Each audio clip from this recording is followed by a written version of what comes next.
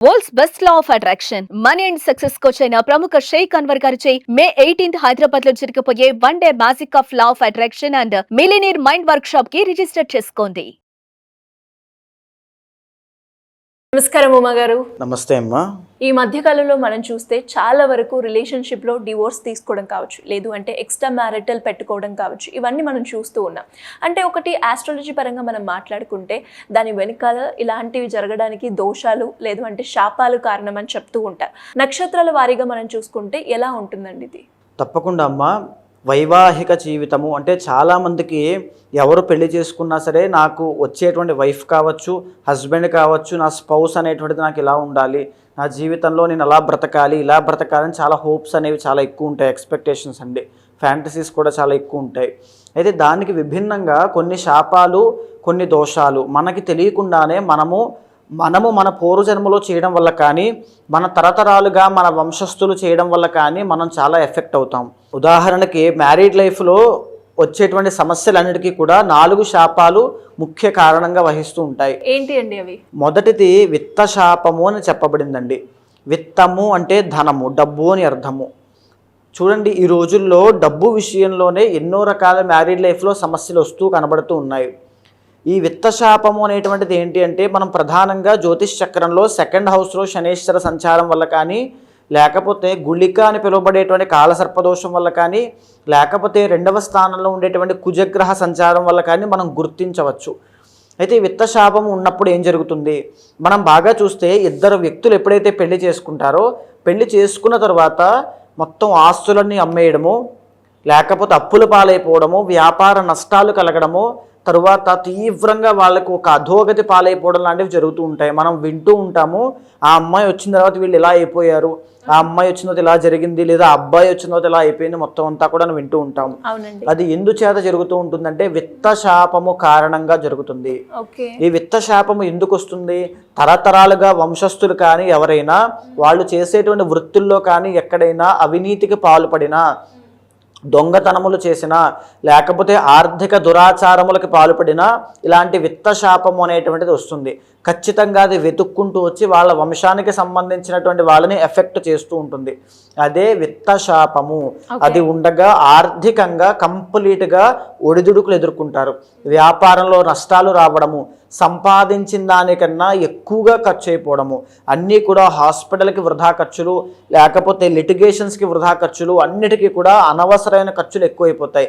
వీళ్ళు సంపాదిస్తే పక్క వాళ్ళందరూ అనుభవిస్తూ ఉంటారు. దీన్ని విత్తశాపముగా పేర్కొన్నారమ్మ. అయితే రెండవది విషయశాపము అని ఉంటుంది. విషయశాపము అని అంటే శుక్రుడి యొక్క బలము తగ్గడం వల్ల ఈ యొక్క విషయశాపాన్ని మనం గమనించవచ్చు. అంటే ఉదాహరణకి మ్యారేజ్ అయిన తర్వాత అమ్మాయి లేదా అబ్బాయి కానీ ఇద్దరిలో ఎవరో ఒకళ్ళు పరస్త్రీ వ్యామోహము కానీ పరపురుష వ్యామోహంలోకి వెళ్తూ ఉంటారు. ఎక్స్ట్రా మ్యారిటల్ అఫైర్స్ పెట్టుకుంటూ ఉంటారు. శుక్రబలం తగ్గడం వల్ల ఇద్దరి మధ్యలో విభేదాలు, అనుమానాలు స్టార్ట్ అవుతూ ఉంటాయి. మనము చూస్తే ఒకవేళ అలాంటి అఫైర్ ఉన్నప్పటికీ కూడా లేనప్పటికీ కూడా అది ఉందో లేదో పక్కన పెడితే, ఉంది అనేటువంటి భావనలో అనుమానపు జీవితం అనేటువంటి బ్రతుకుతూ ఇద్దరి మధ్యలో మిస్అండర్స్టాండింగ్స్ అనేవి వస్తూనే ఉంటాయి. చూడండి, మనం చాలా రకాలుగా చాలా కేసెస్లో చూస్తూ ఉంటాము. భర్త భార్యని తీవ్రంగా హింసించడము, కొట్టడము, ప్రతిదానికి అనుమానించడము, అన్ని విషయాల్లోనూ ఈ యొక్క అనుమానపు జీవితం అనేటువంటిది వాళ్ళు పడుతూ ఉంటారు. ఎందుకు ఇది కలుగుతుంది అంటే విషయశాపము ఉండడం మూలాన. ఈ విషయశాపం ఎలా కలుగుతుంది? వాళ్ళ తరతరాల్లో కానీ, లేదా ఆ వ్యక్తి కానీ పూర్వజన్మలో కానీ, లేదా ఆ జన్మలో కానీ తెలుసో తెలియకో చేసుకున్నటువంటి ఈ యొక్క పరస్త్రీ పరపురుష వ్యామోహంలో పడి చేసుకున్నటువంటి తప్పుల వల్ల ఈ విషయశాపం అనేటువంటిది స్టార్ట్ అవుతుంది. దీని మూలకంగా తను ప్రేమించినటువంటి వ్యక్తిని దూరం అవ్వడము, అనుమానాలతో ప్రశాంతత లేకుండా జీవించడము, ఇలాంటివన్నీ కలుగుతూ ఉంటాయి. దీని మూలానే భార్యాభర్తల మధ్యలో తీవ్రమైన సమస్యలు చాలా ఎక్కువగా ఈ రోజుల్లో వస్తున్నాయమ్మా. మీరు చూస్తే మీరే చాలా చూసి ఉంటారు ఈ విషయశాపం కోసము.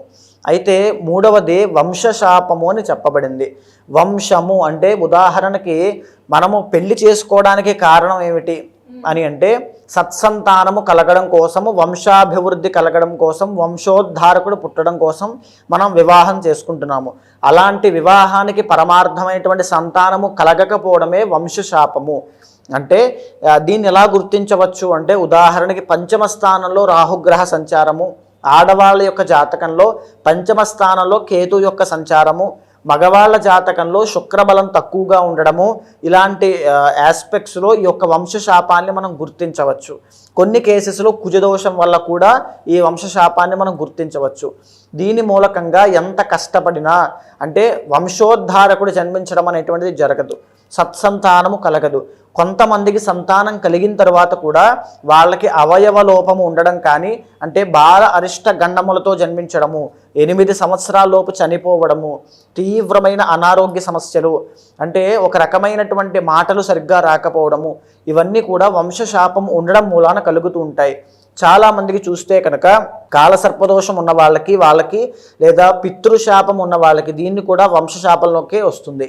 ఈ పితృశాపం ఉన్న వాళ్ళకి సుతక్షయము అనేటువంటిది కలుగుతుంది. మిస్క్యారీస్ అనేవి చాలా ఎక్కువ అవుతాయి, సంతానము నిలబడదు, చాలా తీవ్రంగా వాళ్ళు బాధపడుతూ ఉంటారు. లాస్ట్ మంత్ వచ్చిన తర్వాత బ్యాడ్ న్యూస్ అనేవి వినడము, పిల్లలు పుట్టిన తర్వాత వాళ్ళ యొక్క విద్య అభివృద్ధి అనేటువంటిది లేకపోవడము, వ్యసనాలు బారిన పడడము, సత్సంతానం అంటే చెడు సహవాస దోషం లాంటివి కలగడము, ఇవన్నీ కూడా ఈ వంశశాపంలోకి వస్తాయమ్మా. దీన్ని కాలసర్పదోషంగా, కుజదోషంగా కొన్ని రకాల కాంబినేషన్స్ ద్వారా మనం గుర్తించవచ్చు. అయితే ఇక 4వది కర్మవశము అని ఉంటుంది. కర్మవశము అని అంటే ఏ కారణం చేతైనా భార్యాభర్తల మధ్యలో విభేదాలు రావడము, పెళ్ళైనటువంటి వితిన్ 1 year తిరగకుండా భార్య లేదా భర్తకి తీవ్రమైన అనారోగ్య సమస్య రావడము, లేదా ఒకరు చనిపోవడము, దీన్ని కర్కోటక అని పిలువబడేటువంటి కాలసర్పదోషం ఉన్నప్పుడు మనం గుర్తించవచ్చు. లేదా కొన్ని కేసెస్లో అష్టమము, 12వ స్థానము, స్థానము, ఈ స్థానాల్లో కుజుడు ఉన్నప్పుడు మనం ఖచ్చితంగా గుర్తించవచ్చు. ఆడవాళ్ళ జాతకంలో మాంగళ్య బలంగా మనం గుర్తించవచ్చు, మగవాళ్ళ జాతకంలో శుక్రుడి యొక్క బలంతో మనం గుర్తించవచ్చు. ఈ కర్మవశము అనేటువంటిది ఉండగా భార్యాభర్తలు ప్రశాంతంగా ఉండలేరు. ఎయిదర్ అది యాక్సిడెంట్స్ వల్ల కానీ, లేకపోతే ఏ ప్రమాదం వల్ల కానీ, ఆరోగ్య సమస్యల వల్ల కానీ వీళ్ళిద్దరూ డైవర్సులు అవ్వడము, గొడవలు, పెద్ద మనుషులు, తగాదాలు, తర్వాత చెప్పాలి అంటే నిందలు వేసుకోవడం, ఒకరికొకరు ఇగో ప్రాబ్లమ్స్, నువ్వా నేనా అనేటువంటి ఒక భావన, ఇవన్నీ కూడా కర్మవశం వల్ల కలుగుతూ ఉంటాయి. అంటే వాళ్ళు ఎక్స్పెక్ట్ చేసినటువంటిది వేరు, నా భార్యతో నేను ఇలా ఉండాలి అనేటువంటి భావన ఒకలా ఉంటే వాళ్ళకు వచ్చినటువంటి జీవితం వేరేగా ఉంటుంది. ఇదే కర్మవశము. ఈ కర్మవశం కూడా చాలామంది, కొంతమంది కర్మవశం ఉన్నప్పటికీ కూడా విడిపోకుండా ఈ ఒడిదుడుకులు ఎదుర్కొంటూనే కష్టపడుతూ హింసతో కూడిన జీవితాన్ని అనుభవిస్తూ ఉంటారు ఆడవాళ్ళు. సో ఈ 4 శాపాలు ముఖ్యంగా మ్యారీడ్ లైఫ్లో ఇబ్బందులకి కారణం అవుతాయమ్మా. మరి మీరు చెప్పినట్టుగానే నక్షత్రాల వైజ్గా మనం మాట్లాడుకుంటున్నాం కాబట్టి కృతిక నక్షత్రం వారికి మ్యారిటల్ ఇష్యూస్ పరంగా ఎలా ఉంటుందండి? తప్పకుండా అమ్మ. కృతికా నక్షత్రము అగ్ని యొక్క నక్షత్రము. అగ్నిర్నఫ్పాత్ కృత్తికాహ అంటారు. అంటే జనరల్గానే వీళ్ళు ఒక ఫైర్ బ్రాండ్ అండి. ప్రతిదీ కూడా నిక్కచ్చిగా హానెస్టీ అనేటువంటిది వీళ్ళకు ఉంటుంది. అదే వీళ్ళకి శాపము కూడా అవుతుంది అని చెప్పచ్చు. అంటే ఎలాగనంటే వీళ్ళకి విషయ శాపము, కర్మవశము 2 కూడా ఉంటాయి. ఉదాహరణకి మీరు చూస్తే కృత్తికా నక్షత్రం 1వ పాదం మేషరాశిలో ఉంటుంది, 2, 3, 4 పాదాలు వృషభ రాశిలో సంచారం చేస్తూ ఉంటాయి. సో కృత్తికా నక్షత్రం 1వ పాదం వాళ్ళకి విషయ శాపం మూలకంగా చాలా ఇబ్బందులు వస్తాయండి. అనుకున్న ఎక్స్పెక్ట్ చేసినటువంటి స్పౌస్ రాకపోవడము, ఒక అసంతృప్తి అనేటువంటిది లోనవ్వడం లాంటివి కనబడుతూ ఉంటాయి. 2, 3, 4 పాదాల వాళ్ళకి వృత్తిరీత్యా దూరంగా ఉండి తద్వారా వాళ్ళ దూరము పెరిగి అలాగే వాళ్ళిద్దరి మధ్యలో ఒక విభేదాలకి, మిస్అండర్స్టాండింగ్స్కి దారి తీయడము, విషయ శాపం మూలకంగా కృత్తికా నక్షత్రం 2, 3, 4 పాదాల వాళ్ళకి ఒక అనుమానము అనేటువంటి బీజము వల్ల వాళ్ళ లైఫ్లో డిస్టర్బెన్సెస్ రావడము. చాలామందికి చూస్తే మొన్నటి వరకు బాగానే ఉన్నారండి, ఇప్పటి నుంచి ఏమైందో నాకు తెలియట్లేదు అనేటువంటి భావన వాళ్ళకు ఉంటుంది. దానికి కారణము విషయ శాపము.